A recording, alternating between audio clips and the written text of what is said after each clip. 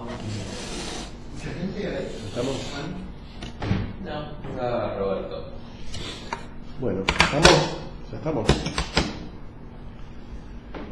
Sí, bueno. Buenas tardes. Bueno, me parece que es necesario de hacer una suerte de, lo diría así como de mapa conceptual, un poco de la línea, lo que vamos entornando me parece en el curso. Entonces, y en particular me gustaría hoy terminar con Coiré y empezar a ver, hay algo que a mí me resultó muy fructífero, que es partir de la base de que está perdido para el psicoanálisis todo el aporte de Coiré, y a partir de esa premisa empecé como a hacer un trabajo al revés, o sea, disculpad, estoy medio gripado. Empecé a hacer un trabajo al revés, digamos, qué consecuencias tuvo para la enseñanza de Lacan, o para lo que queda de la enseñanza de Lacan, el hecho de haber omitido, ¿sí?, de manera explícita, como quedó demostrado la vez pasada, el aporte de Coiré. Y me parece que un poco eso es lo que hoy me gustaría como trabajar sobre las consecuencias. ¿Qué consecuencias implica para la enseñanza de Lacan el hecho de haber forcluido, por decirlo de algún modo, el aporte de Coiré, ¿no?, en esta maniobra que yo decía, la operación obra clara, donde efectivamente se redefine la relación entre ciencia y psicoanálisis a partir de argumentos absolutamente falaces y con interpretaciones me parece tendenciosas respecto de la enseñanza de Lacan. Yo presenté algo de esto en la apertura las otras semanas, y Alfredo decía con muy buen tino, con buen criterio, que tiene algo de manifiesto la obra clara, o sea, es un documento de alguna manera político que sienta justamente sobre Coiré o sea, justifica el rechazo de Coiré, básicamente, ¿no? Entonces un poco la idea sería, a partir de cierto esquema general del curso, que a mí me parece que poder ubicar ahí para dónde vamos, me gustaría presentar eso hoy, y las implicancias que tiene, al menos para mi entender, la exclusión de Coiré en la enseñanza de Lacan, ¿sí? También una breve referencia, no quería dejar de hacerlo, voy a empezar por ahí, una breve referencia a Heidegger. Me parece que insistimos, o al menos Ricardo insistió mucho con el tema del vacío. Voy a empezar por ahí, una breve referencia, porque me parece que nos ha faltado un texto fundamental de Heidegger en la enseñanza de Lacan, que es ni más ni menos que Logos. Nos faltó trabajar Logos, que es el texto que Lacan traduce con Benveniste, ni más ni menos, ¿sí?, donde me parece que el acento, y me da la impresión de que las referencias a Lacan, a Heidegger, todo el tiempo van en la misma dirección, el acento está puesto justamente en el valor del lenguaje, ¿sí?, o el logos, si quieren, y me parece que va más por ahí, ¿sí?, que por el vacío y por el agujero. A mí me parece que Lacan no usa Heidegger para el tratamiento del vacío, si bien es cierto que el pote, lo que entorna, todo lo que vimos es tomado por Lacan. Él habla del pote de mostaza y demás.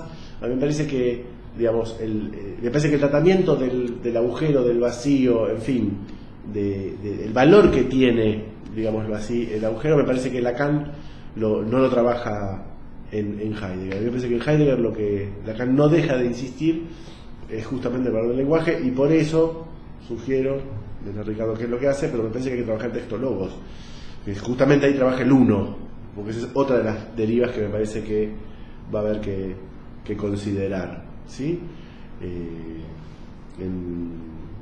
El texto de Logos es sobre una frase de Heráclito, ya se las leo, que trabaja Heidegger, ¿sí? Y justamente bueno, me parece enorme toda la disquisición que hace sobre justamente Logos, dice: si no me habéis oído a mí, sino al sentido. Esa es la frase de Heráclito: si no me habéis oído a mí, sino al sentido, digo por el decir, el dicho, ¿sí? Entonces es sabio decir en el mismo sentido, uno es todo, ¿sí? Entonces que, insisto con esto, me parece que, es una hipótesis que pongo a consideración acá, no va tanto por el lado del tratamiento del vacío, el aporte más importante que puede hacer Heidegger, sino me parece que es por la vía del lenguaje y del logos, ¿sí? Y me parece que es por la vía del uno. Ahora vamos a ver en qué sentido. Bueno, yo les decía entonces, eso como referencia un poco a lo que presentó el colega Kwasniku. Entonces estaría bueno ver ese aporte. Después, vuelvo al tema del curso. A mí me parece que partimos de, ¿no?, algo así como filosofía, ontología, ¿sí?, por decirlo descriptivamente. Me parece que las maniobras que hace Lacan respecto de esto es llamado por Lacan, antifilosofía, ¿sí? Hay toda una tradición de antifilosofía, de trabajo narrativo, etc. Todavía no me queda claro qué quiere decir el Lacan antifilosofía, ¿sí? Pero me parece que, digamos, Lacan se ve obligado a producir esta referencia, salir en algún sentido de la filosofía, no hacia una no filosofía, sino a otra filosofía, me parece, en el sentido como, diría así, en el sentido inverso, dar vuelta, lo mismo que hace con el psicoanálisis en el reverso, o sea, dar vuelta a la filosofía. Y me parece, esta no es una frase de Lacan, pero sí de Alfredo Einstein, me parece que pasa exactamente lo mismo con la ontología, ¿sí? Me parece que se puede postular que Lacan se ve obligado a considerar una antifilosofía y una antiontología en relación a que, bueno, eso me parece que estaría bueno, al menos que dentro del curso podamos, porque me parece filosofía, ciencia y psicoanálisis, yo diría, me parece filosofía, esta relación antifilosofía, ciencia me parece esta antiontología, ¿sí? Y psicoanálisis sería como en la intersección de la antifilosofía y la antiontología, me parece en relación al psicoanálisis, ¿sí? Yo sigo pensando, digamos, desde que empecé el curso, me parece que este es el eje de discusión central que tenemos, ¿sí? Y a mí me parece que acá, yo les propongo, avanzo en esto, lo dejo abierto porque me parece que esto lo tenemos que ir construyendo.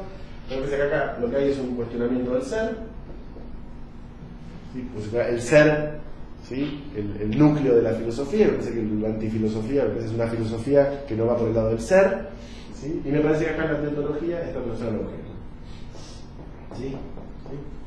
¿Sí? Y me parece ni más ni menos, ¿sí?, ni más ni menos, me parece que lo diría así, poder pensar en la filosofía de Lacan implica poder entender, digamos, de qué modo él concibe el ser, punto uno, y punto dos, pensar en la teología de Lacan me parece, digamos, qué transformación él requiere, será requerido, ¿sí?, para pensar el objeto, ¿sí? Y me parece que a lo que arriba Lacan, por decirlo así sintéticamente, es ni más ni menos que al sujeto, digamos, al concepto de sujeto, ¿sí?, como respuesta a este movimiento, y acá me parece que es el objeto, ¿sí? No perdamos de vista, ni más ni menos es la fórmula del fantasma. Es decir, la antiontología y la antifilosofía me parece que son la consecuencia, ¿sí?, de Lacan de trabajar bajo la lógica del fantasma, ¿sí?, donde, digamos, eso implica poder entender el fantasma en Lacan implica, me parece, ¿sí?, una profunda subversión, ¿sí?, en relación al ser y en relación al objeto. Me parece que el aporte de Lacan respecto al psicoanálisis podría ser justamente la subversión del sujeto y del objeto, ¿sí? Eso lo dice Lacan explícitamente respecto a la subversión del sujeto. Me parece que también hay una subversión del objeto, ¿sí? Vamos a ver que en este punto coiré fundamental, ¿sí? Me parece que lo que articula, ¿sí?, estas dos transformaciones es ni más ni menos, si quieren, el lenguaje, ¿sí? O sea, me parece que hay toda una teoría de, si quieren, logos, ya que mencionamos ¿sí? Me parece que lo que implica estas dos profundas subversiones es justamente, ¿sí?, lo que entiendo yo es el psicoanálisis, lo que aporta, o sea, lo que uno podría caracterizar el psicoanálisis de Lacan, Entonces que el psicoanálisis de Jacques Lacan es un psicoanálisis que ordena, orienta todo el psicoanálisis en relación al lenguaje. Y me parece que en relación a estas cuestiones, lo digo así, por el valor que tiene el lenguaje, en Lacan me parece que se ve por el valor, la concepción y la relación intrínseca, digamos, entre la existencia y el lenguaje que postula Lacan. Ahí sí es heideggeriano Lacan en ese punto, ¿no? La morada fofa del lenguaje, esa cita que yo les decía la vez pasada. Me parece que es en relación a una teoría del lenguaje, no en vano, ¿no? La relación de Lacan a un Jacobson, a un Benveniste, a un Lévi-Strauss, ¿sí? Relación que, como ustedes escucharon, en la obra clara de Milner dice Coiré, que está en el centro de todo eso, no tiene nada que ver desde afuera, ella es que no es psicoanálisis. Justamente Coiré podría ser un punto, digamos así, de intersección de estas cuestiones, un punto fundamental. Hay dos términos que yo les propongo, o sea, lo que les propongo es, a mí me parece que la antifilosofía desemboca en una subversión del sujeto y la deontología desemboca en una subversión del objeto. ¿Sí? Vamos a ver en qué punto. No perdamos de vista dos neologismos de Lacan que me parecen fundamentales para entender esto, que son parlete y materialismo. ¿Sí? El objeto A está en relación a una posición, digamos, a una postulación de materialismo, o sea, un materialismo de la palabra, digámoslo así. ¿Sí? Y me parece que, bueno, en relación al ser está la cuestión del sujeto, y parletre me parece que justamente podría ser ese ser de habla, ese habla en ser, ser de habla, en realidad justamente la propuesta de tener otro Lacan es justamente ese habla en ser, o sea, el valor fundamental del lenguaje, ¿sí? Fundamental en el sentido de que hay una relación intrínseca entre el lenguaje y existencia, digámoslo así. Ser y tiempo, ni más ni menos, me parece que alude a esto, que quiere decir ser y tiempo, que no puede ser pensado el ser fuera del tiempo, y el tiempo podría ser ahí donde se despliegan, ¿sí? En el lenguaje, ¿no? En el tiempo, corregime Ricardo si la referencia no te parece válida, pero me da la impresión de que lo fundamental de ser y tiempo está justamente al lenguaje, porque si es lenguaje el fundamento, el lenguaje está por fuera del tiempo. ¿Sí? El lenguaje es, digámoslo así, un ente, ¿sí? Que va mutando, ¿sí? En el tiempo, con lo cual hay una relación ser y tiempo que está dada justamente por el lenguaje. Adriana. Fuerte, así se escucha. El ser en la antifilosofía también estuvo tachado por Heidegger. Pero el ser tachado por Heidegger no es el concepto de la filosofía. Él tacha el ser en relación a la nueva metafísica, no en relación a la filosofía. Quería confirmar esto. No, Heidegger no habla de antifilosofía. No, por eso, pero como habla de un ser tachado, podría, pero no, lo habla en relación a la nueva metafísica, no en relación a la filosofía. Sí, a ver, estamos viendo las apropiaciones que hace Lacan del aporte de Heidegger, no estamos viendo Heidegger, incluso también hasta te diría de Coiré. En ese sentido Lacan es un pirata, digamos, agarra lo que le sirve, piratea, pum, ¿quién no? Bueno, dice yo, todos son citas, todo nuestro decir es una cita, ¿no? Digo, no hay un decir original, en el fondo todos citamos a otro y discutimos con otro, pero digo, me parece esa apropiación es interesante tenerla en cuenta porque me parece que justamente acá lo que falta es psicoanálisis, que estaría en el medio, digamos, estaría acá, y me parece que justamente es la articulación, o sea, el psicoanálisis que propone Lacan está fundado en la subversión del sujeto y del objeto. Respecto del sujeto, justamente me parece en la línea antifilosófica, el objeto me parece en la línea ontológica. Esto es como un esquema.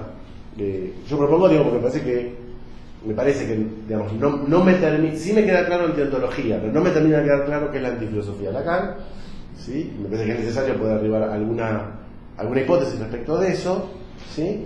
Y además me parece que es central esto para el aporte de Lacan al psicoanálisis, digo, el psicoanálisis de Lacan. Yo le propongo que en ese sentido ibas a decir algo. Sí, que no me queda claro qué es objeto, no objeto base, no objeto.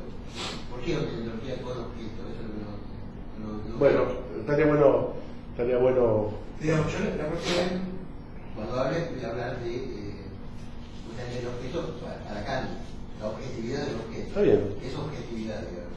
Está bien. Para aclarar un poco este tema. Bueno, sí. A ver, son temas de una vastedad enorme. Hay 400 años de discusión filosófica respecto a estos temitas.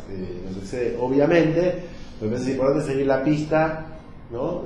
¿En qué pista estamos? ¿Por qué nos interesa la filosofía? ¿Por qué nos interesa la antiontología?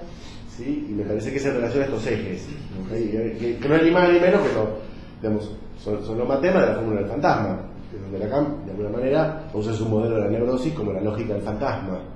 ¿Sí? Digo, pues, estamos hablando de la lógica del fantasma, lógica, logos, ¿le suena? Lenguaje. Digo, me parece por eso el valor fundamental de la lógica para Lacan. ¿Estuviste viendo el artículo del logo? Sí. Si se consigue está en internet. No, ya sé, pero digo, ¿viste la complejidad que tiene? No, es enorme, a mí se me escapa. Pero sin duda está la lógica, ¿no? Está la relación de la lógica. Que es el que la traduce Lacan como feminista, ni más ni menos. ¿Sí? Digo, me parece que es ahí la referencia clave de Heidegger, que me parece que no podemos dejar de pasar, porque me parece que va menos por el... en realidad la discusión no es tanto el vacío del pote de mostaza, lo que me parece que aporta, si bien Lacan no deja de decirlo, me parece que la elaboración del agujero lo hace por otra vía. Ahora vamos a ver si podemos producir esa especulación. No por Heidegger. A mí me parece que lo hace con Coire ni más ni menos. ¿Sí? Y me parece que lo que toma de Heidegger... Sí, es con Heidegger. Sí. Bueno. Está bien, pero digo, me parece que digamos, eso después le da una vuelta y me parece que queda más Heidegger, digamos, sí. La reconozco en Heidegger, en el buscador, en Lacan, con lo cual digo, veo qué referencias y me parece que lo que queda es justamente la enamorada fofa del lenguaje y el de Griff, que es la conexión ni más ni menos con Frege, ¿sí? En relación al lenguaje, digamos, existencia, y me parece que el tratamiento del agujero es por otra vía, sí, que me parece que... Pero la falta de ser de que lo falta de ser en Lacan. Sí. No hay nada que claro, no lo podría... Sujeto podría ser el nombre de la falta de ser, para apuntar a esto, digamos. Si hay ser, la subversión del sujeto puede ser la falta del ser. Pero es de Lacan. Sí. Falta de ser de Lacan. Sí. Y la falta del ser, el matema sujeto, alude a eso en la medida de que está el sujeto barrado, porque hay algo ahí, esta parte, digamos, está dividido, la división experimentada del sujeto entre saber y verdad, dice la ciencia y la verdad, ¿sí? Ahí. Y me parece que la cuestión también alude a, digamos, qué entendemos por objeto, ¿no? Que no es menor ese asunto. ¿Sí? Bueno.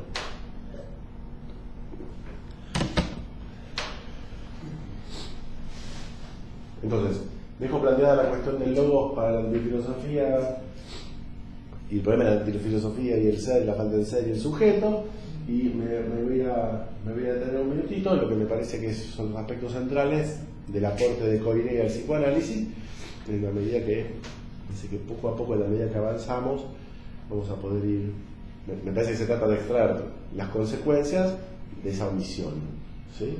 Y me parece que hay un campo muy interesante ahí para pensar, ¿sí?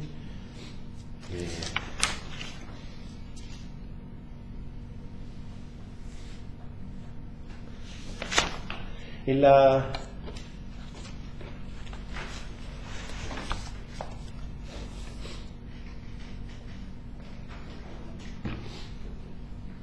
¿no puedo borrar?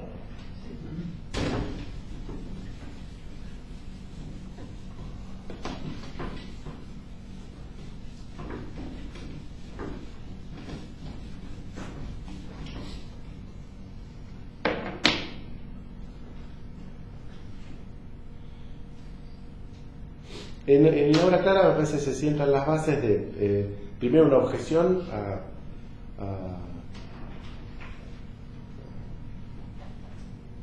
estos conceptos, se los degrada teóricamente, en el sentido que se fundamenta la pérdida de valor. El segundo clasicismo de la obra clara se trata de eso, es decir, como Milner dice, la inestabilidad del sistema, no sé qué digo, inestabilidad, pero es inestabilidad del postulado lacaniano. Él dice que hace, él postula el segundo clasicismo, que sería, decimos, la maniobra nileriana respecto de la retraducción, la exclusión, la conclusión de Coiré en el psicoanálisis, y me parece que mucho más que Coiré, pero digo, fundamentalmente ataca los siguientes puntos. La cuestión de la historicidad, ¿sí? Esto del argumento es que como Lacan dijo que la historia es falaz, hay que ver en relación a qué lo dijo, por qué lo dijo, pero se agarran de eso y entonces la historia, y esto lo practican muchos psicoanalistas, la idea de que la historia no tiene valor para el psicoanálisis, ¿sí? Ahora vamos a ver qué implicancias tiene, me parece eso. Después es un rechazo a la matematización, o sea, como si fuera, o sea, lo que hace Milner es, básicamente, no traje el texto ahora, pero es decir, bueno, no funcionaba la teoría lacaniana en estos aspectos. Es fuertísima es fuertísima porque además, ¿se acuerdan en el texto de Basols que citaba Massachusetts a Lacan en 1975? Lacan dice le debo mucho, si no todo, a Claude Lévi-Strauss. Digo, porque esta es otra de las cuestiones que va a atacar. El estructuralismo, la relación del estructuralismo. Lacan dice en 1975, ¿sí?, que él tiene otra noción de la estructura, que la de Lévi-Strauss. Dice que él ha rechazado el concepto de estructura. Esto me parece muy interesante por las consecuencias que va a tener respecto a la postulación del goce como el nuevo núcleo del psicoanálisis para el poslacanismo, pero es la relación letra-significante. Eso no me voy a meter, pero les recomiendo la obra clara. Ya está habilitando ahí el concepto que va a ser luego el poslacanismo de letra de goce. Pero ahí justamente, ni más ni menos, estamos hablando de qué valor tiene la letra, ¿sí?, en una fórmula, ¿sí?, qué quiere decir la letra, en el sentido que implica la letra en una fórmula, en una función, ¿sí? Me parece que hay algo que seminario 20, Lacan dice, ¿no?, la transmisión integral, ¿sí?, de la matemática, les tiro referencias para ir ubicando, ¿sí?, que creo que tu amigo Ritmo se cagaba la risa diciendo que es el delirio de Lacan con las matemáticas, una cosa así, ¿sí? Y me parece que ahí el valor de letra, o sea, fíjense lo que se ataca en este texto, ¿no? El valor que tiene la historicidad, la matematización, el estructuralismo, la letra significante, y por supuesto no podía faltar la relación lingüística, ¿sí? ¿Cómo está la matematización?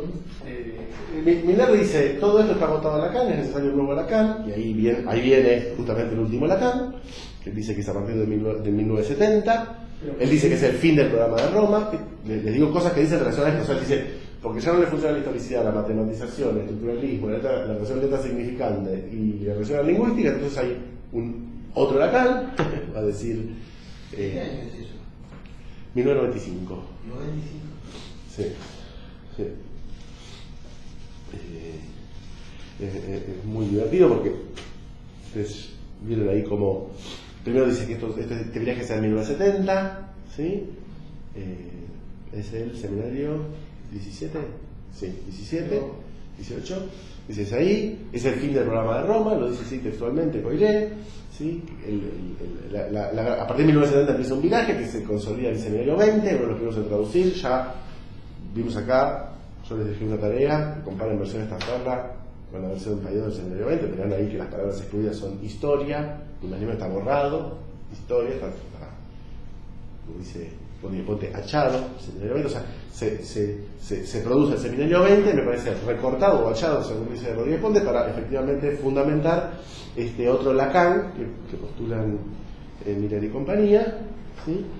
Y bueno, y en el fondo yo les decía, me parece que si esto y en un sentido forzado se puede ordenar en torno al matema como operador fundamental, todo esto, ¿sí? Me parece que así como decía Milner, que se trata de los ritmos y de escuchar en Lacan los ritmos y cambiar las variaciones, me parece que a lo que se opone es una poemática, digamos, ¿no?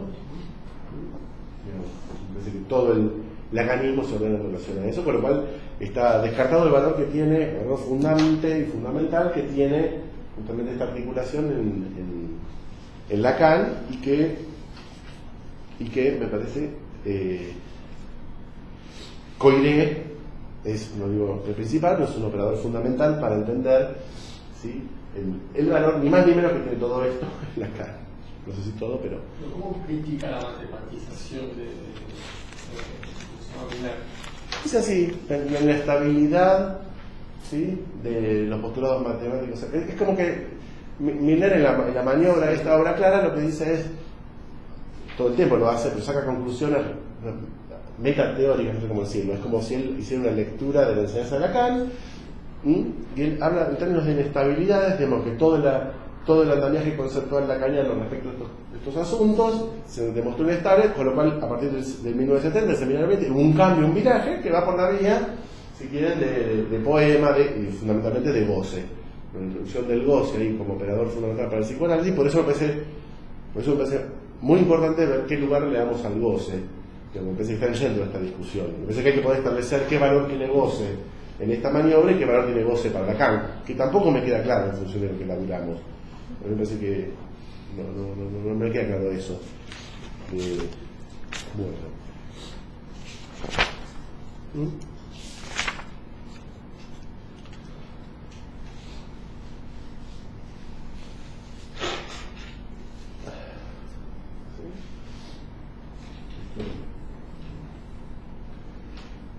O sea, hay un psicoanálisis que se postula, cuyo síntoma, lo digo así, es la exclusión de Coiré, y que se trabaja seguramente a partir de 1995 para el poslacanismo, y que se funda en esto, ¿no? Es notable como nunca encontré una crítica a Milner, siendo que no era tan complicado, había que leer un poco Coiré nomás, para darse cuenta que el uso que estaba haciendo, la interpretación que está haciendo Milner de Coiré, ¿sí?, es en algún sentido exactamente la opuesta de la que toma Lacan. De hecho, si hubiera que buscar un síntoma de la lectura de Coiré, ¿sí?, Coiré insiste con la ciencia es la precisión, ¿sí?, una anécdota muy simpática, ¿no? Y efectivamente Coiré habla de la precisión, o sea, lo que extrae Milner de lo fundamental de la relación a la ciencia, ¿sí?, de la concepción de la ciencia que tiene Coiré, es que es la precisión, ¿sí? Y de ese lado lo deja críticamente del lado de la técnica, del número, y como algo así como que si el psicoanálisis tuviera algo que ver, digamos, si el psicoanálisis tiene algo que ver con la ciencia, no es la precisión, justamente, ¿sí? Yo doy por supuesto que ustedes algo ojearon de Milner, por eso no lo vuelvo a traer, porque si no va a ser un plomo, pero digo, y hay algo que Lacan no deja de mencionar, ¿sí? Y efectivamente Lacan toma la precisión, pero lo toma en exactamente el sentido inverso que lo postula Milner, ¿sí? Y hay en este texto de Estudios de Historia del Pensamiento Científico hay un capítulo que les propongo que lean, que se llama Un experimento de medición, y que es ni más ni menos que el invento del primer reloj, ¿sí?, de precisión 1659 por Huygens, ¿sí? Es muy interesante la anécdota, al menos cómo la trabaja Coiré, justamente en relación a la precisión, porque lo que Milner propone como un postulado de la ciencia, que es la precisión, ¿sí?, en rigor lo que Coiré lo va a proponer es que justamente la precisión se produce justamente por basarse, ¿sí?, en la matematización de lo real y no justamente, digamos, la anécdota es muy simpática. Vamos a leer algunos párrafos de ese texto. Pero acá, ¿por qué toma lo de precisión? Eso va a ser. Sí, bueno, sí. Primero Lacan, ¿cómo lo toma Lacan? A ver. Mira, espérense un poquito.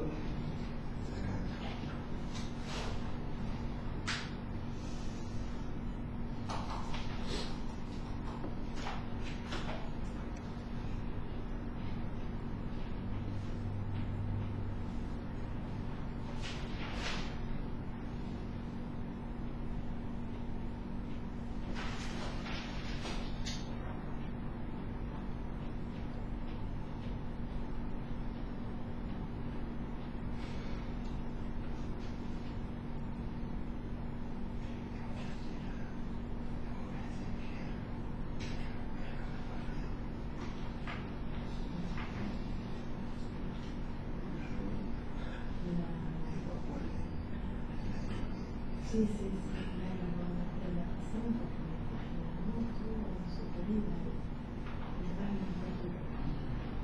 La del otro día. A ver, un segundito.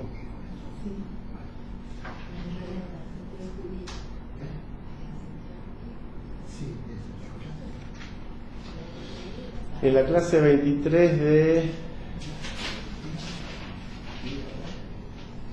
el seminario, ya les dijo, del seminario 2, para los que están trabajando el seminario 2 en la apertura.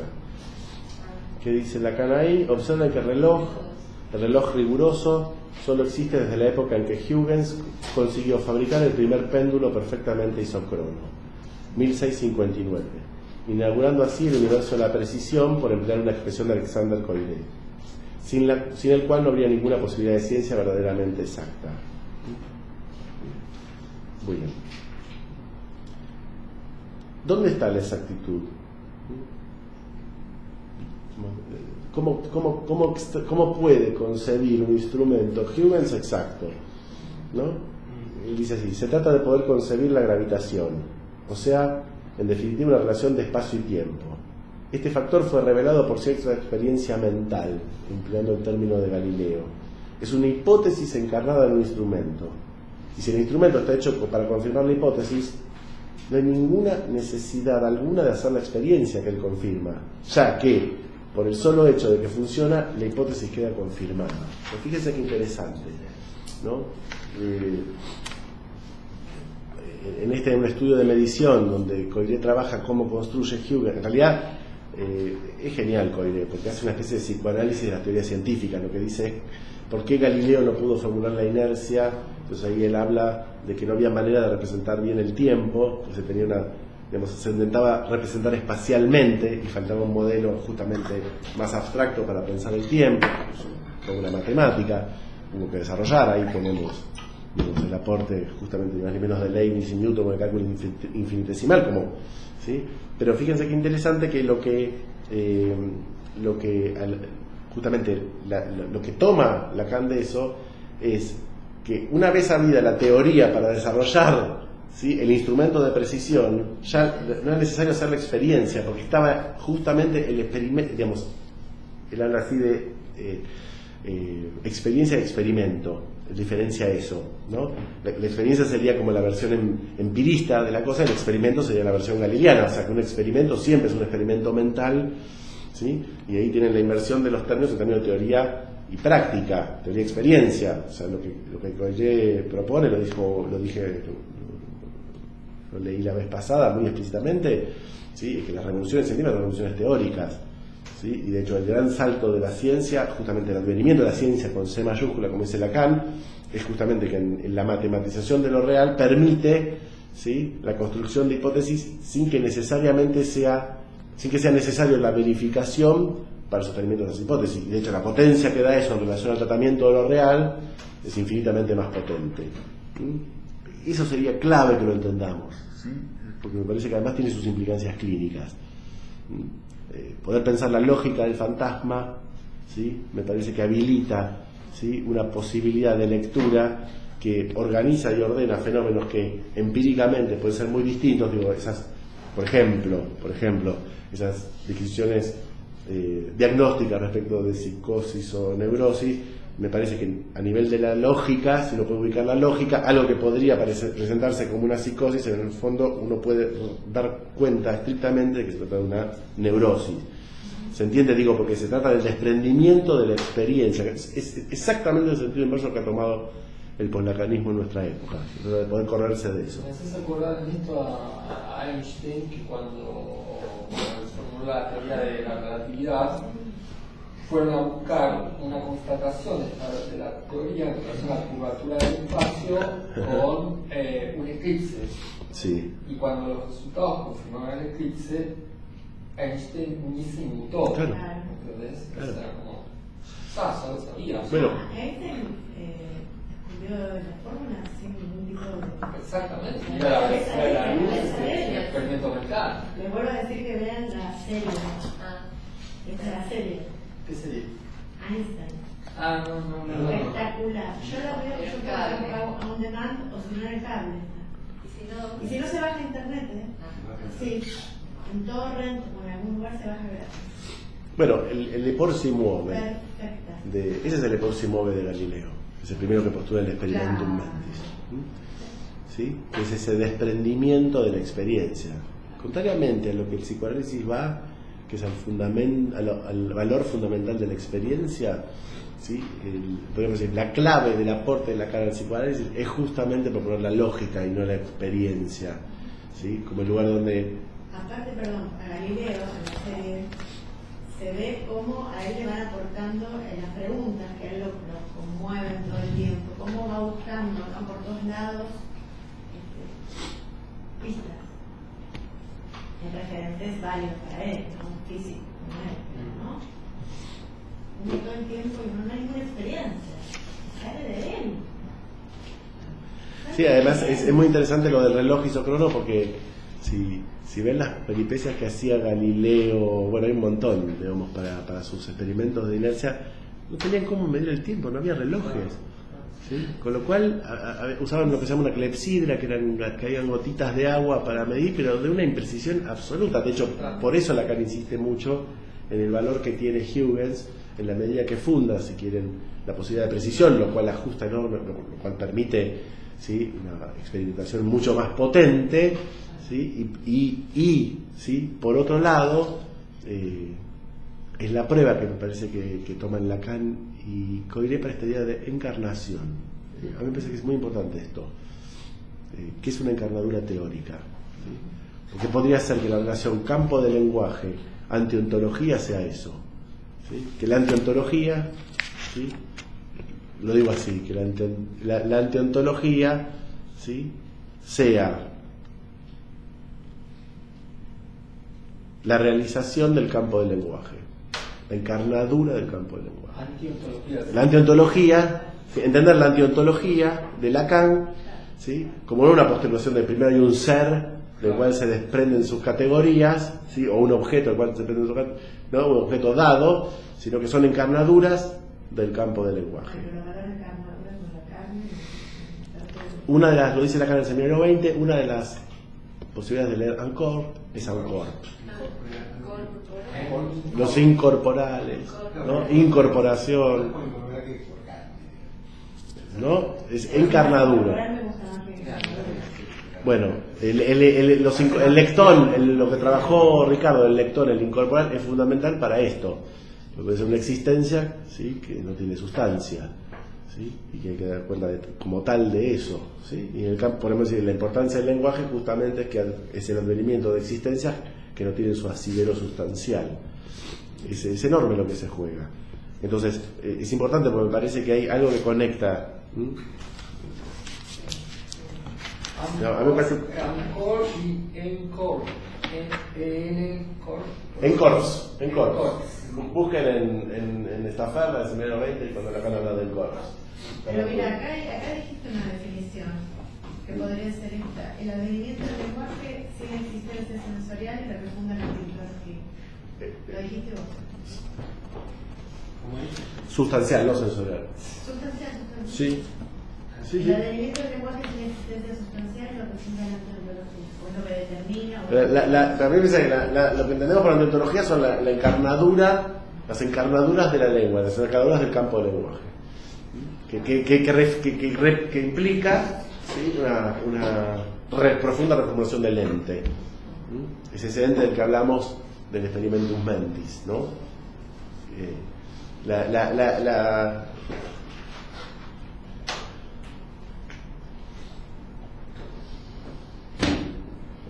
La tesis de Coiré es que hay una teoría, o sea, hay un saber matematizado, eso es una teoría, ese es el paso.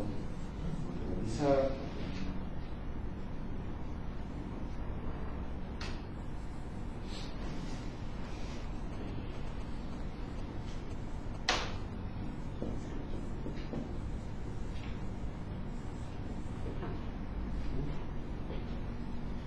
¿Sí? Esto, de una manera,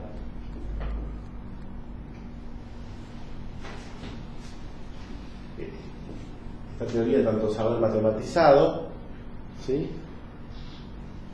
Se funda, lo dice medio al pasar Coiré. A mí me parece que eso no lo toma Lacan, por razones que ya trataremos de ubicar por qué, pero podemos decir así, fundado en lo imposible como acceso a lo real.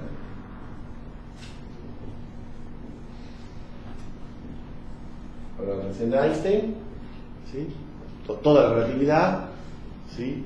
Se organiza en torno a lo imposible, ¿sí? A las consecuencias del postular de lo imposible, que nada puede ir a la velocidad de la luz, más de la velocidad de la luz.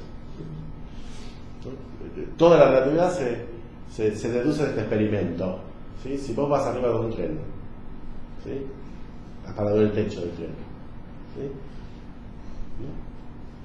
Si vos vas corriendo arriba del tren, ¿sí? La velocidad, si vos lo medís desde el tren, la velocidad que tenés es la velocidad, digamos, los kilómetros por hora que hagas adentro del tren. Ahora, si lo medís, ¿sí?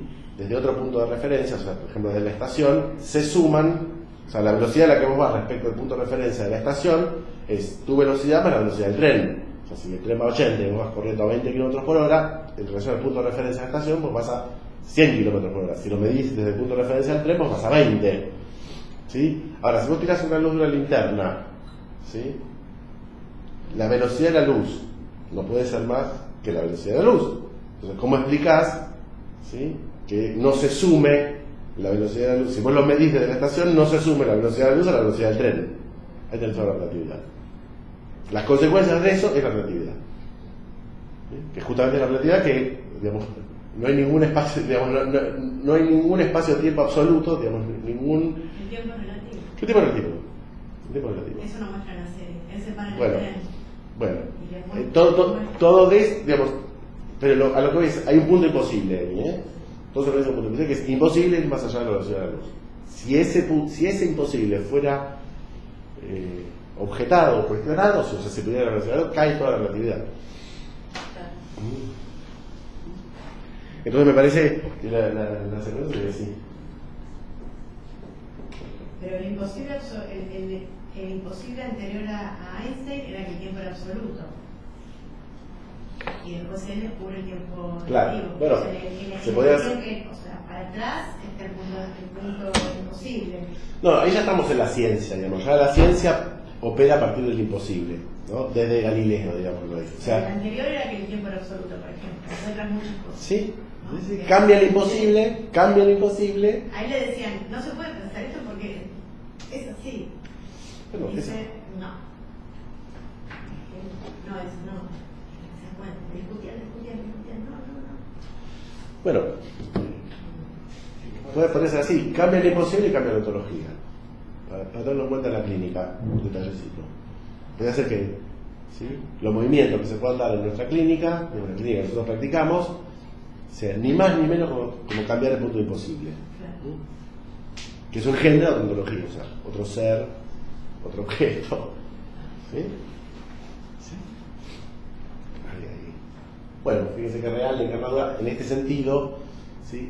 Encarnación de la teoría o el real así concebidos, es una diferencia, digamos, absoluta respecto de la versión ingenua, la versión empirista, de lo que sería, digamos, el ente y lo real, ¿sí? Que me parece que está en el eje de esta discusión. Entonces, fíjense algunas cosas que dicen en este artículo que se llama Un experimento de medición, de 1953. 1953. Función y campo de la palabra, ¿no? Hasta que se somete a un tratamiento teórico, un conocimiento de los hechos no se convierte en una ciencia.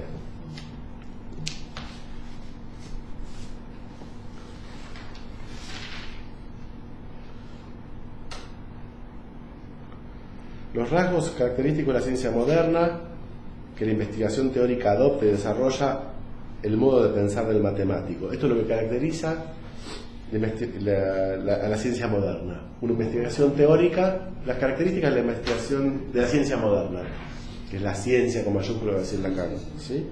La investigación teórica adopta y desarrolla el modo de pensar del matemático. esta es la razón por la cual pone entre comillas pone su empirismo, lo pone entre comillas, difiere toto caelo del de la tradición aristotélica, o sea, difiere absolutamente de la tradición aristotélica. El libro de la naturaleza está escrito en caracteres geométricos de cada Galileo. Ahí es ese pasaje. Vamos a ver efectivamente que este tratamiento teórico pensado en lo matemático, el tratamiento teórico matematizado, está justamente en la base de la idea de imposible. Como se pueden extraer conclusiones a partir de la matemática, digamos así, de un modo que es lo que Lacan todo el tiempo alude, en el medio 20, ¿no? La transmisión integral, Newton en esas fórmulas tenía el universo en su mano, ¿sí? y el valor de letra, ¿sí? Entendido no como letra de goce, ¿sí? Sino el valor de letra en tanto, me parece ahí, lo que implica la letra en una función. Y bueno, ya llegaremos a eso. O sea, la fórmula de Einstein es letra.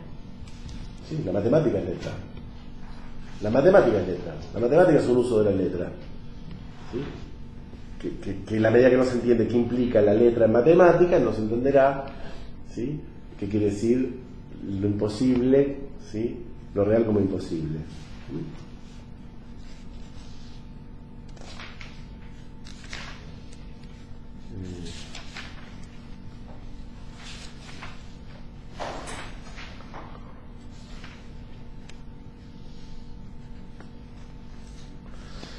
Lo que dice de Huygens es que el análisis de los textos de Huygens nos permite comprobar la transformación de los experimentos, aún empíricos o semiempíricos, de sus predecesores, en una experimentación auténticamente científica. ¿Sí? Está hablando de cómo Huygens desarrolla el primer reloj isocrono, o sea, de exactitud, en 1659. La situación paradójica de la ciencia moderna en el momento de su nacimiento: posesión de leyes matemáticas exactas e imposibilidad de aplicarlas porque no era realizable una medición precisa de la magnitud fundamental de la dinámica, es decir, del tiempo.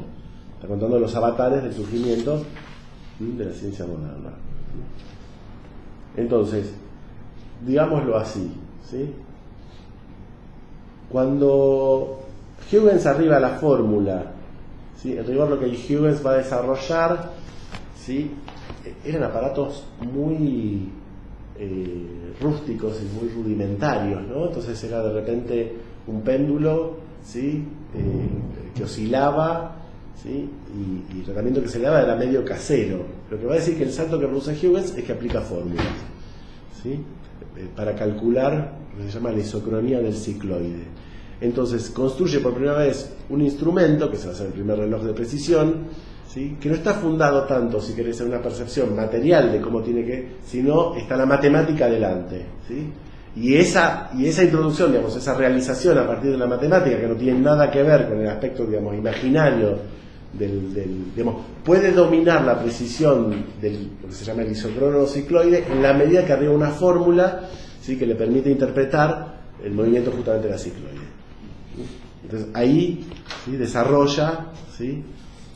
Dice Huygens, en la historia de los instrumentos científicos el reloj de Huygens ocupa un lugar muy importante. Es el primer aparato cuya construcción implica las leyes de la nueva dinámica. Este reloj no es el resultado de ensayos y errores empíricos, sino del estudio minucioso y sutil de la estructura matemática de los movimientos circulares y oscilatorios. Ahí, ¿sí? Y no pierdan de vista que en este estudio matemático a lo que se llega es una fórmula.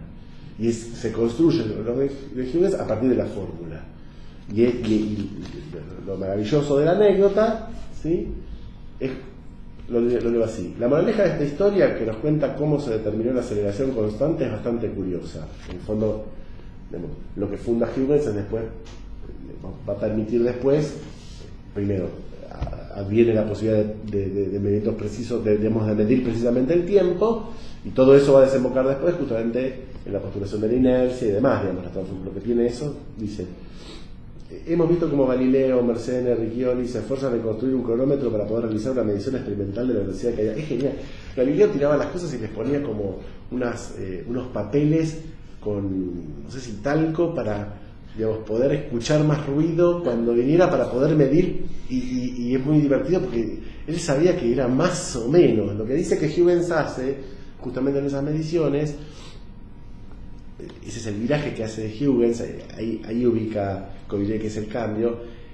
Es que Huygens no quiere, sabe que no puede acceder a la precisión con los medios que tiene, pero lo que le interesa en esa imprecisión de los experimentos lo hace como apuntando a la teoría matemática. O sea, él tiene ya una teoría matemática y mientras no se le corra de eso dice, bueno, va por acá, no lo puedo medir todavía.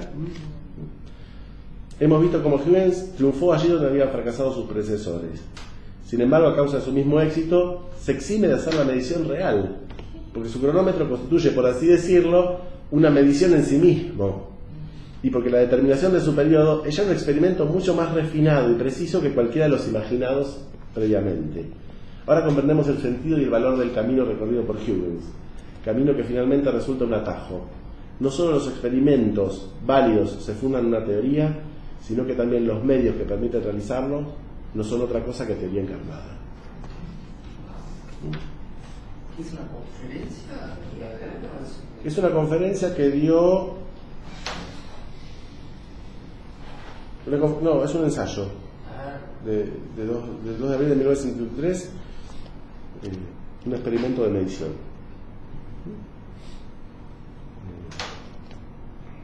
The Proceedings of the American Philosophical Society.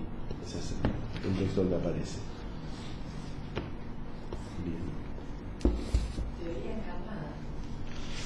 Teoría encarnada. La antiontología de la que estamos hablando podría ser la ontología derivada de la encarnadura del campo del lenguaje. Hay el concepto de campo fundamental y el concepto de campo que está trabajando Alfredo de la cuántica. Eso lo remito al curso Alfredo. Que la postulación de campo, función y campo de la palabra, ¿sí? El concepto de campo, ¿sí? Es, entre otras consecuencias, ya lo vamos a trabajar. En realidad deberíamos partir por ahí, quizás. Yo tengo un artículo escrito en el segundo número del Revista Desnudo, donde trabajo la historia del concepto de campo, pero sin duda la sorpresa que produce el concepto de campo es que es otra manera. Por ejemplo, se pierde la noción de trayectoria, ¿sí? O sea, se pierde la idea de que uno pueda localizar la partícula en tiempo-espacio todo el tiempo. El campo de probabilidad cuántica hace que de alguna manera la partícula esté en todos los lugares a la vez en una onda de probabilidad. ¿El concepto de campo es la física cuántica? Sí, el concepto de campo es de alguna manera la estructura conceptual que se puede montar a partir de las consecuencias de la relatividad para dar cuenta del, si quieren, del orden del universo material, ¿sí? Y es profundamente abstracto. También la verdadura del ser, digamos, porque no hay ser. Todo el curso de Alfredo está orientado a eso. Es un campo de probabilidad y se pierde la trayectoria, entonces vos podés ubicar dónde está la partícula en determinado momento, pero no dónde va a ir después. En fin, tiene un montón de consecuencias muy interesantes. Les sugiero, si quieren, el segundo, está en online ahora, el Revista Desnudo. Ahí el concepto de campo. El Revista Desnudo, la revista Apertura, hay un artículo del segundo número que yo trabajo sobre no tiene nada que ver el concepto de campo de Faraday, que es el que lo fundó. Sí, hay toda una historia que parte de ahí, que surge de ahí. El concepto de campo de Faraday te da el concepto de campo de cuántica. Sí. Hay una página en internet para investigadores nueva que vos apretas, no me acuerdo mucho, y te aparece como una galaxia con elipses y todo vos pones una palabra, ¿no? Ser, y te aparecen en diferentes campos luces que se van iluminando en diferentes campos de investigación donde aparece la palabra ser. Mira. Como que te lo entendés como un campo, un universo. Entonces vos cliqueas y te aparece de la lingüística, de la medicina, campo. Es probable que te acerques, pero se va a la escuela. Vos apretás, te aparecen de todo el mundo los programas que se están, de investigación que se están, los trabajos que están. Buenísimo. No me debe traer, la tengo que ir a mi casa. Aparece, ¿entienden? Sí, con planetas, pero sistemas que se acercan de diferentes disciplinas al concepto que vos ponés, como un campo del saber. Y cuando apretás en un campo, ¿qué pasa? Te lleva a la investigación, al trabajo o a la línea, no me acuerdo, puntual, te lleva a eso. Sí, pues. Si la letra la letra.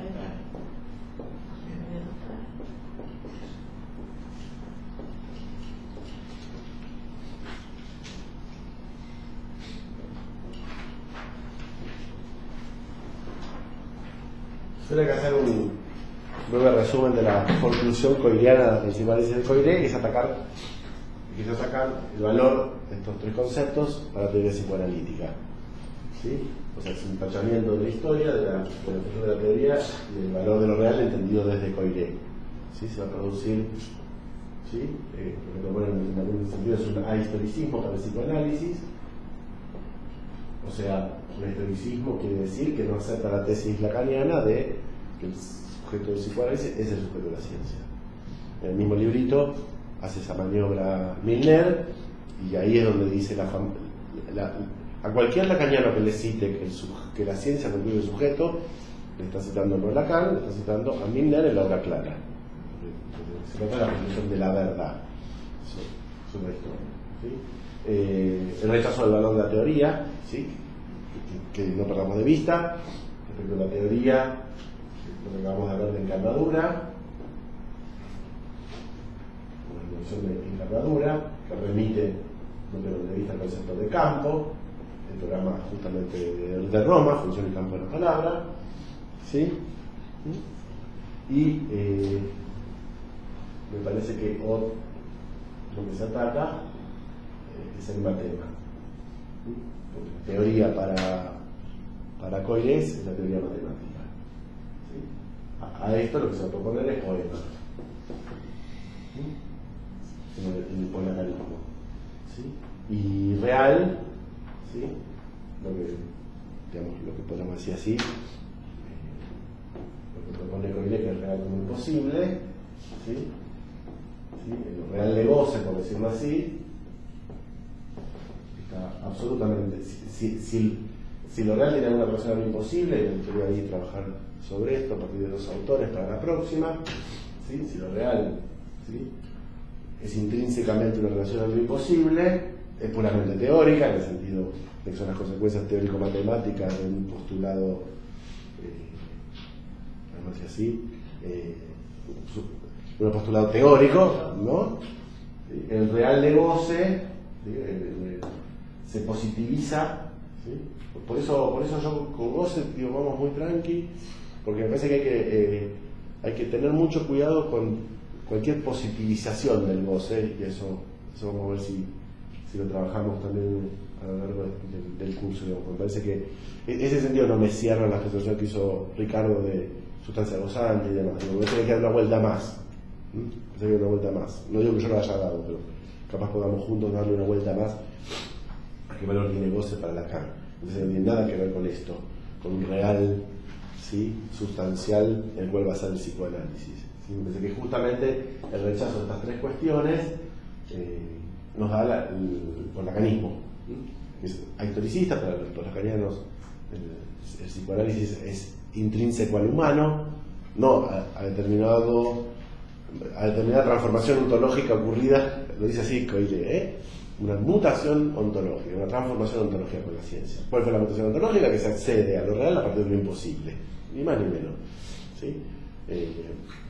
Esa discusión está perdida para el psicoanálisis, con lo cual, digamos, hay psicoanálisis, podemos hacer psicoanálisis de Antígona, digamos, por una aplicación del psicoanálisis, o sea, son todos neuróticos. La idea de, justamente, el lacanismo es, en algún sentido, el post-lacanismo es, como el post-freudismo, ¿sí? una restitución del centro del psicoanálisis, o sea, poner algo positivo en el centro, en este caso el goce, ¿sí? Y en algún punto también es una normalización, ¿sí? Porque lo que va a tratar la clínica post-lacaniana es de llevárselas bien, o sea, hay un llevárselas bien con goce, y de hecho ya es notable en todos los textos que circulan como se habla de goce bueno y goce malo, por lo cual hemos vuelto, ¿sí? En el AMP de Río del año pasado terminaba que todo el congreso iba a estar en una gran fiesta con joy de vivre, con goce de vivir, que es el bueno, ¿no? Hablan así. Entonces así como el post-freudiano era el normalizador de la relación a la genitalidad, en el sentido de el post-lacaniano, ¿sí? es el normalizador de la relación al goce, con lo cual, digamos, se pierde, digamos, justamente lo más subversivo, según lo que dice Foucault, la historia de la sexualidad, que es el valor político del psicoanálisis, es justamente haber desprendido, ¿sí?, la sexualidad de cualquier naturaleza. ¿Sí? Se pierde eso porque se vuelve a ubicar un centro positivo al cual a partir se deduce. Bueno, Freud también lo vuelve. ¿Sí? ¿Sí? Empezó bien y terminó mal. Sí. Yo tengo una teoría, que es la siguiente. En realidad les cuento algo que me parece que a mí me ha servido mucho. A partir de una pregunta que me hice, que fue en el manifiesto del retorno a Lacan, que llaman en 2015 Isidoro Meg, Benjamín Dom y Ferreira, ¿sí? Con argumentos muy aristenianos, todo ese manifiesto, por eso fuimos allí y seguimos estando ahí. La tesis que trabaja en el segundo encuentro, la hipótesis que trabaja es que el poslacanismo, ¿no? El mineriano, no es psicoanálisis. Entonces, ¿sí? Eso me llevó a mí a la necesidad de poder dar cuenta no solo qué especifica el psicoanálisis, ¿sí?, en tanto uno, sino también, ¿sí?, qué especifican las diferencias entre los psicoanálisis, ¿sí? A menos que creamos que el psicoanálisis hay uno solo y es el de Lacan, ¿sí? Explicar no solo la diferencia Lacan-Miller en este sentido, sino Lacan-Freud, Lacan-Melanie Klein, ¿sí? Les cuento esto porque era una de las cuestiones que yo les proponía que me parece que se articulaban en relación a estos problemas, que es cómo entendemos, qué lugar le damos al psicoanálisis de Lacan, suponiendo que no es Miller. Y tiene que ver con lo que hablamos antes.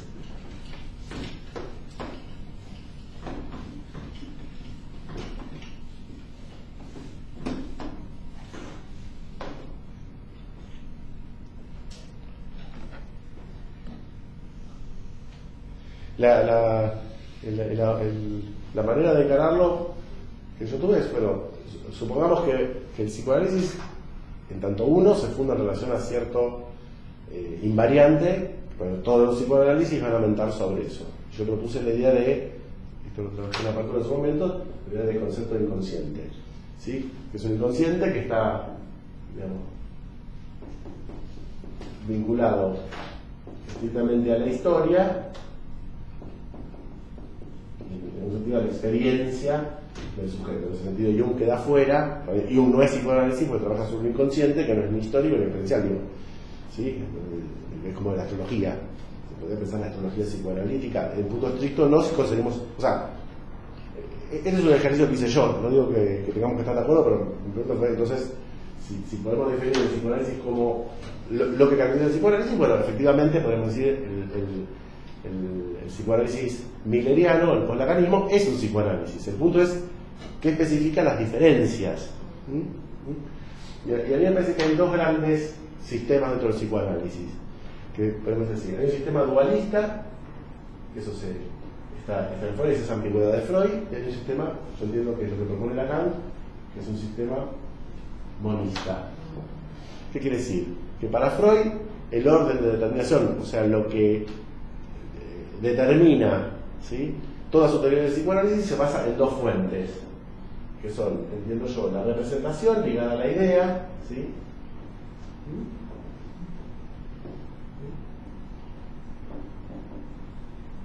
y el afecto. ¿Sí? Y me parece que lo que propone Lacan es un monismo basado, si quieren, les propongo así, en el campo del lenguaje. Ahí vamos a lo que entiendo para mí que es goce para Lacan, que es yo oigo sentido, y es decir, lo que se siente como lo que tiene sentido está en relación al campo del lenguaje. Ese es el aporte de Lacan con goce, ¿sí?, que rompe esta dualidad, ¿sí? No hay dos, por eso sí, no hay dos series de determinadas. Bueno, ¿cómo se llama la conferencia esa de las series complementarias, ¿no? En el fondo es esto, ¿no? Me parece que hay un dualismo que aparece todo el tiempo en Freud, y me da la impresión de que lo que fue el posfreudismo, ¿sí?, podríamos decir así, fue una consolidación de la perspectiva representacional, en el sentido de que lo que se trataba era de educar al yo, ¿sí?, por la vía de algo así como un saber pensar, digamos así. Y lo que pasa es que el poslacanismo, ¿sí?, está orientado en relación al goce como afecto. O sea, los dos términos de psicoanálisis, lo que postula es algo que en términos epistemológicos es indemostrable, pero dentro de 50 años hablamos, yo no voy a estar, pero me cuentan, que es que no va a haber otro post. No podría, la tesis que les propongo es no podría haber otro post, que era post-freudismo y post-lacanismo. No hay una tercera posibilidad de extravío del psicoanálisis, porque me parece que los dos extravíos se dieron en base, ¿sí?, a este dualismo, ¿sí? O sea, digo así, era previsible que el psicoanálisis se perdiera, se extraviara en relación a este dualismo, esa es mi tesis, ¿sí? Y efectivamente, lo fuerte que para mí tiene de consecuencia esto es que no va a haber un tercer extravío, ¿sí? O sea, no hay posibilidad de un post, porque ya se agotaron las posibilidades de ubicar un centro, las posibilidades epistemológicas dentro del psicoanálisis. Con lo cual,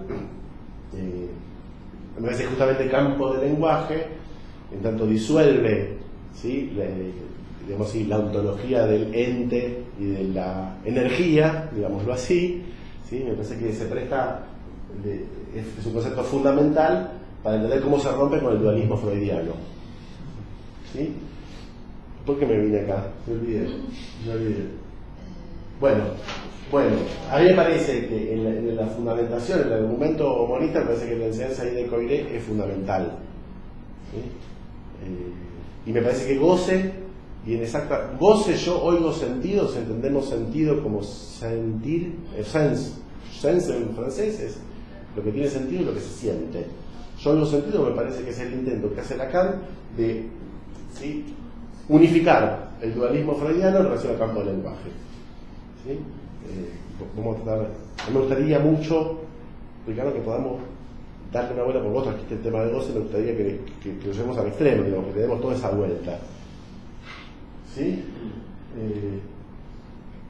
Entonces, digo, dos cosas, no habrá, me parece, otro post en psicoanálisis, no puede haber otro post, lo digo así, y me parece que el destino del psicoanálisis se juega en cómo salimos de lo que sería el post-freudismo, ¿sí? Me parece la racionalidad como fundamento. Se trataba de una relación adulta genital al objeto que, ¿sí?, se fundaba por decirlo así, en cierto saber del objeto, ¿no?, esa adultez de las relaciones al objeto, por la vía, digamos, de lo intelectual, y me parece que el poslacanismo, ¿sí?, hace lo mismo respecto al afecto. Entonces se trata ahora ya no importa tanto lo que pensás, sino cómo te la llevas con eso que sentís, ¿sí?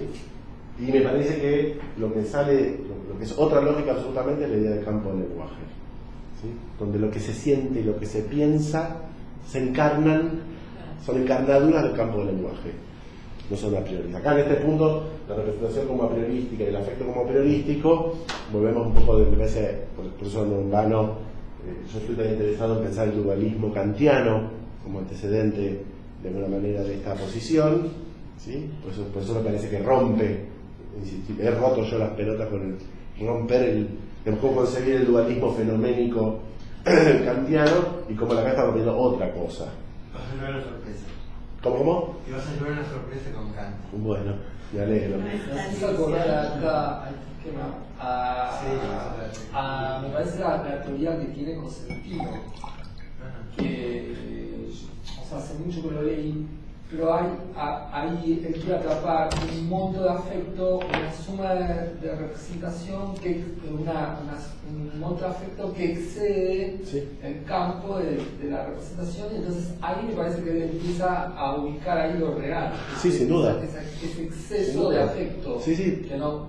Para el poslacanismo hay la representación y hay el afecto. Claro, ¿sí? Ese afecto. Sí, y podríamos decir así, el psicoanálisis sería de cómo el sistema, este es el proyecto de Freud, ¿no? De cómo el sistema de representaciones drena la QN que le llega al sistema, por afuera o por adentro, de una función.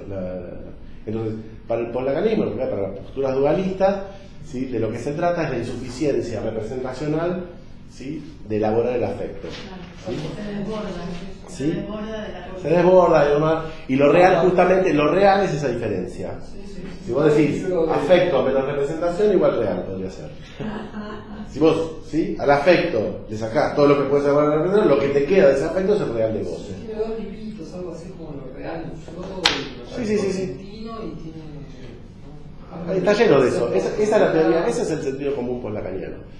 Lacan rompe con eso, con la idea de campo del lenguaje, por eso la importancia de la encarnadura. De que el campo del lenguaje. Había surgido, no me acuerdo si lo de Alfredo o dónde, ¿por qué se vuelve eso? ¿Por qué se vuelve? ¿Por qué los post? ¿Por qué se vuelve al cuerpo? Porque en la historia, no sé si lo dijo Alfredo, lo leí, no sé, o lo dijo Alfredo, que siempre se volvió al cuerpo. Con Aristóteles pasó, él dice lo mismo, ¿no? Que primero porque estaba la metafísica, en realidad se olió. Después se encontró lo metafísico, primero estaba la física. Y se olió, se negó. Bueno, la clave puede ser coidea. La clave puede ser coidea. La clave puede ser coidea, porque se trata de un tratamiento, se trata de pensar lo real como lo posible, dice Coelho. ¿Y qué es lo posible? Bueno, está ahí. Claro, ¿no? porque Lo real es lo posible. Porque es intolerable lo imposible, porque siempre volvemos a ese punto donde es intolerable. Es el rechazo, me parece que es el rechazo a la abstracción. Claro. ¿Sí? Lo que está proponiendo Lacan es un psicoanálisis lógico, ¿sí?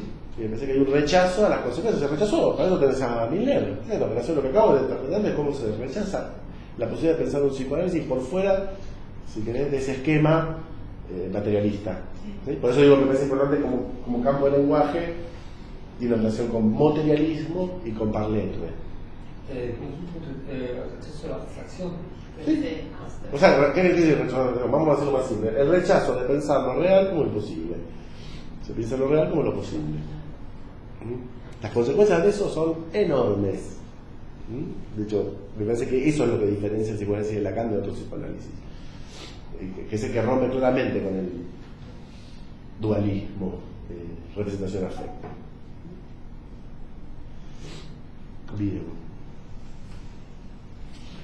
Y ni te cuento fuera del psicoanálisis, no todo lo que es todo esto nuevo del cognitivo-conductual y todas las cosas. O sea, claro, pero como los lacanianos no toleran la abstracción, lo no imposible, pero no hay un post, porque lo que se viene es todo lo que hay ahora, de todo esto material, cognitivo, neurocientífico.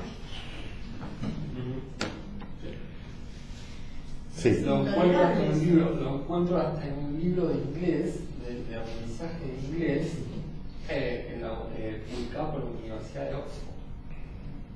Sí, bueno, eso. Todo el tiempo que más o menos dan cuenta que la subjetividad va a estar determinada por la biología.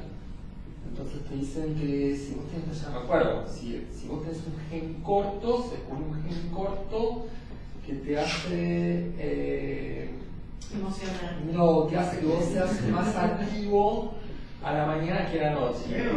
El largo es al revés, es más activo a la noche que a la mañana. Es increíble.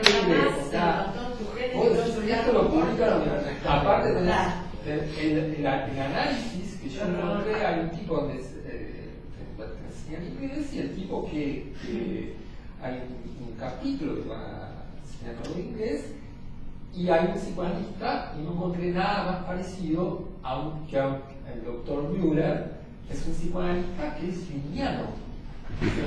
Dice soñé con flores, flores es esto, todo. Sí. ¿Cómo llegó ese psicoanálisis? Yo creo que se inscribe, lo que está pasando en el psicoanálisis se inscribe en un movimiento que me parece más amplio, que me parece que yo sigo la pista hace tiempo de la idea de la posverdad. O sea, a mí me parece que también se puede traducir en pospolítica, digo, las incidencias que va teniendo en el mundo que habitamos, justamente algo lo que decíamos en ese sentido sintomáticamente, lo que aparece sintomáticamente dentro del psicoanálisis, que es el rechazo, ¿sí? a la teoría, al saber, a la historia, ¿sí? Y es que estamos, me parece, viviendo con la lo digo con mucha levedad, pero son pistas que yo estoy siguiendo, el rechazo del proyecto racional. ¿Sí? En términos generales vamos a un mundo, ¿sí?, fundado en la sustancia, no en las ideas. Otro proyecto nacional. No, racional. Pero, Si yo tuviera que escribir un libreto, diría del racionalismo al sensacionalismo. Me parece que estamos viendo de la era de la razón a la era de la sensación. Y la era de la sensación es que, digamos, lo verdadero es lo que se siente, es lo sensible, por eso todas las referencias al cuerpo, ¿sí? La idea es curioso, ¿no? Porque es un mundo donde el sentido común va por esta vía, ¿sí? Y después lo que se llama inteligencia a todo nivel es un nivel enorme de acumulación intelectual y de abstracción. Por así decir, los grandes centros de poder se mueven en función a una inteligencia, ¿sí? Pero el sentido común va como el sentido inverso, ¿sí? Es antirracional. Para mí, bueno, yo lo había comentado, para mí la figura del zombie, ¿sí?, es algo así, la encarnadura de la era de la sensación por excelencia. Estoy encontrando ahora estoy encontrando en Sense8 de los Wachowski lo que me parece que puede ser la contestación al zombie, ¿sí? Si el zombie es el extremo del individuo, ¿sí?, que es un individuo irracional porque justamente el bocho no le funciona, lo que se quiere es morfar al otro, a lo que venga, ¿sí? Me parece que Sense8, véanla, me parece que es una idea de ir, es el problema del individuo en Occidente del zombie. Me parece que el Sensate, ese ser colectivo, no sé si vieron, es de los Wachowski, de los que hicieron Matrix, hicieron una serie en Netflix que se llama Sense8, que tiene 2 temporadas, y me acabo de enterar, hay una petición en change.org que le cancelaron, ¿sí?, el presupuesto para la 3ª temporada. Los Wachowski, muy interesante. Primero, son 2 transexuales, o sea, los tipos podríamos pensar que se trata de 2 psicosis, ¿sí?, y tienen una capacidad de ver. Sí, se hicieron mujer los 2. Primero Lana, hay muy interesante un discurso que da Lana Wachowski cuando le dan no sé qué premio para pensar la feminidad. Es alucinante, y ahora se dio vuelta el otro, ¿sí? Y son tipos que ven, así como Cantor, Wittgenstein, tipos que en la matemática ven otra cosa, y me da la impresión de que, bueno, lo que proponen Sense8 es un poco una remake de, no sé si leyeron Más que humano, de Sturgeon, pero es la idea de cómo pensar un sujeto colectivo que no sea meramente individual, ¿sí? Es una suerte de socialismo, por algo le cortaron el presupuesto, digamos, la idea de una salida socialista, digamos, al proyecto individualista. Entonces, si el zombie es, ¿sí?, la encarnación del proyecto individualista absoluto de Occidente, que es cada uno, la famosa supervivencia del más apto, cada uno fundado una racionalidad basada en el individuo, me parece que Sense8 podría ser una alternativa. Pero bueno, son temas que, en el fondo, yo creo que lo que está en cuestión, a escala muchísimo más amplia que para el psicoanálisis, pero es a escala global, ¿sí?, es el fin de la era del racionalismo, y me parece que la guerra es justamente la proliferación de la guerra, digamos, esta idea que trabaja el subcomandante Marcos en 1994, y después la toma el Papa, ni más ni menos el Papa peronista que tenemos, que diría que vivimos una guerra mundial a gran escala, ¿sí?, estamos en una guerra mundial a gran escala, y me parece que ese puede ser el signo, ¿sí?, del agotamiento del racionalismo. Cuando no se puede pactar, cuando no hay pacto, hay guerra, y vamos a una guerra permanente, digamos, el estado de excepción generalizado puede ser la guerra permanente, porque ya el pacto, ya el símbolo, ¿sí?, no sostiene, ¿sí? ¿Qué es lo que dice el poslaganismo, ¿no? En un punto es profundamente antirracional el poslaganismo, ¿sí? De hecho, ningún poslacaniano cree que se pueda operar en un caso clínico a partir de la lógica, ¿sí? Cree que se puede operar a partir de intervenciones en lo real, que toquen al cuerpo, en general que produzcan cierto afecto, ¿sí?, o cierta disciplina por el lado de los afectos, pero está profundamente rechazado el logicismo al psicoanálisis, que yo les propongo. Me parece que la antiontología de la que estamos hablando es una antiontología fundada en la lógica y el campo de saber. Digamos, hay lógica, matemática, conjuntos,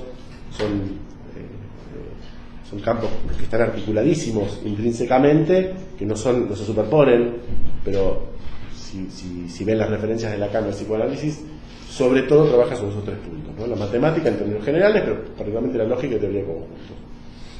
Aparte lo peligroso es el pensamiento, por ejemplo, de la Universidad de Oxford, yo lo estudio en inglés con gente de vecinos, primero se lo creen todo, y después están pensando que lo que hace el determinismo es genético. Entonces te vas al racismo. Sin duda, sin duda. Así que es gravísimo. Y eso lo publica la Universidad de Oxford. Sí, sin duda. ¿Qué humor bajo? ¿De quién era? Que tenían horror al humor bajo. Pascal. Horror bajo. ¿Era humor bajo? No. Horror. Horror. ¿Era el humor? No. Horror bajo. vacío. Lo toma Pascal para hablar del horror al vacío. Sí, alude a lo mismo. A ver. El imposible no es el horror al vacío. Podría ser, entre otras cosas. Vamos a tratar de ubicar. A mí me parece que acá se habló de sustancia gozante, ¿sí? Y hay algo muy interesante que yo les propongo trabajar para la próxima, que es la segunda clase del seminario 20, obviamente no publicada por Miller, pero sí está en la versión de Rodríguez Ponte, ¿sí? Que es la exposición de Recanati, ¿sí? Donde él va a trabajar por Royal. Es muy difícil, es muy difícil. Sí, es muy difícil. Es muy difícil y ya es muy difícil. No se puede empezar a leerlo. Sí, podemos empezar. Si quieren entender cómo la carga esa sustancia, aunque nos resulte difícil. Yo quiero, pero es muy difícil. Bueno, Yo- por Royal, y me parece que además hace una cosa muy interesante, que es la atribución con Frege. Sí, pero podemos leer tranquilamente renglón por renglón, eso. Vayan leyendo, sí. A Sí, ver, bueno, pero es muy Y esto que hay que difícil. leer porque no lo puedo la clase 2 Sí. del seminario 20, versión no hachada, o sea, la versión de Rodríguez Ponce. Es la exposición de Recanati. Yo puedo conseguir las fotocopias. Yo lo tengo digital, se los mando. ¿Sí? Y donde Recanati, ¿sí? Habla sobre Port Royal, Sí, y ahí habla de sustancia predicativa. muy difícil. Sustancia predicativa, Sí. muy interesante eso. La sustancia es la que produce la predicación, digo porque lógica, esta lógica de predicados, ¿sí? Y esto lo junta con Frege, que es el valor, ¿sí? ¿Sí? De lo imposible. Porque, O sea, lo que les propongo así es hacer una relación para la próxima entre Port Royal, entre Recanati hablando de Port Royal y Frege. No me va a alcanzar la próxima, porque No, es enorme. dos. Puede ser. Sí, puede ser. Me parece que ahí lo que se juega además, ni más ni menos, es muy fuerte la noción de real y uno para el psicoanálisis. ¿Sí? Porque hay del uno de Frege, ¿sí? Y me parece que sustancia, para entender sustancia, no sustancia, sustancia, ¿cómo pensar de otra manera la sustancia, que es lo que produce la predicación? ¿Sí? Que es una sustancia que se sustancializa todo el tiempo, ¿no? Entonces, otro tipo de sustancia. Me parece que esas dos referencias van a ser claves para poder pensar. Me parece ya acá, bajo las consecuencias de un psicoanálisis coiliano, digámoslo así, o sea, fuertemente articulado a la matemática y a la lógica, ¿sí? Nos van a permitir pensar tanto lo real como el uno. Porque el concepto de sustancia occidental es sujeto predicado, no sujeto, sustancia predicada. Como que si sujeto sustancia, sustancia predicada, ¿no? Sí, Es otro modelo. Otro modelo, y es una de las primeras escuelas lingüísticas, ¿no? Royal es una de las primeras teorizaciones sobre la lingüística y trabaja fuertemente sobre la idea de sustancia. Eso es para trabajar. Sí, yo entro ahora, doy por cerrado Coiré en relación a esto, y lo que entro es en tratar de producir con el tiempo que nos lleve. A ver, Sí, si a vos te parece difícil por Royal, no te quieras imaginar lo que es el fundamento lógico del número. O sea, Frege va a ser el fundamento lógico del número, ¿sí?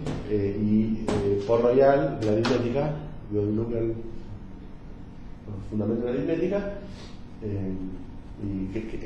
Sobre esto escribí en el último Rey está desnudo. Hay un artículo sobre eso que pueden tener como referencia. En la última, sí. ¿Cuál es? El último está en la online, ¿sí? Y por Royal hay un trabajo muy interesante que hizo Mariana Gomila en su momento de la apertura. Me parece que esas dos, Recanati articula Frege con Port Royal, y me parece que ya para entender el campo del lenguaje, la encarnadura, el campo del lenguaje, ¿Pero se puede etcétera. rescatar donde ella habló de Port Royal el video? Sí, ¿Dónde puede. está? Bueno, eso consíganlo y mándenlo a la lista. No va a venir Si bien. alguien puede rescatar eso y mandarlo, porque eso nos va a ayudar muchísimo. A mí me parece que si nosotros podemos reconceptualizar la noción de real y de uno que están en juego en estos planteos, me parece que podemos hacer un gran avance en el sentido de despejar, Sí. ¿no? Consecuencias de... Bueno, yo pararía, un poco más temprano hoy, pero pararía por acá. Hacia la selección. Sí, sí. A lo Me mejor- pareció que había que dar una vuelta a Coiré, porque me parece que lo volví a presentar en la apertura, lo presenté mejor, y me parece que hay que partir de esta hipótesis, que es que padecemos de una versión del psicoanálisis lacaniano en el cual fue extirpado las consecuencias teóricas clínicas, epistemológicas de lo que postula Coiré. Y hoy por hoy, en ese sentido, no es tan importante, no en vano, está hablando de nosotros el tema de la relación ciencia-psicoanálisis. Pensé que eso es lo que está perdido, lo que postula también Alfredo en el último encuentro del manifiesto. Dice, bueno, lo que se extravió es el concepto de sujeto de la ciencia, equivalente sujeto de psicoanálisis. Esto va a ser por la vía real y 1. Después habría que trabajar la idea de sujeto. Que bueno, eso el 23 de agosto en la UCES con Lutero y compañía. Vamos con Alfredo y Bruno Bonolis, vamos a estar en la mesa en la UCES. Sí, vas a abierta. Sí. En la UCES, Córdoba y el 800. El 23 de agosto, ya lo voy a pasar, eso lo voy a pasar. ¿El título cuál es? ¿Se encuentra? De nuestra posición de sujetos somos responsables. Va a estar buenísimo. A la pelea. No sé. A la guerra. Va a estar buenísimo. Además va a estar Bertorello, va a estar Pablo Muñoz, va a estar... No, hay pesos pesados, va a estar buenísimo. Va a estar buenísimo. Lo que pasa es una reunión de 15 minutos. Va a haber ahí como el plan es dialogar. Al estilo Lutero, que está gestionando todo eso, es hablar, ¿viste? No que seamos 8 zombies repitiendo. No sé cuál es la posición teórica del Lutero. Fenomenológico, creo yo. Bueno. Vi libros de él, ¿Alguna pregunta? ¿Algo? Ya vamos a tener con Recanati. Bueno, Listo. listo. Las preguntas. Bueno, dejamos acá. ¿Sí? Bueno, sí. Muy bien.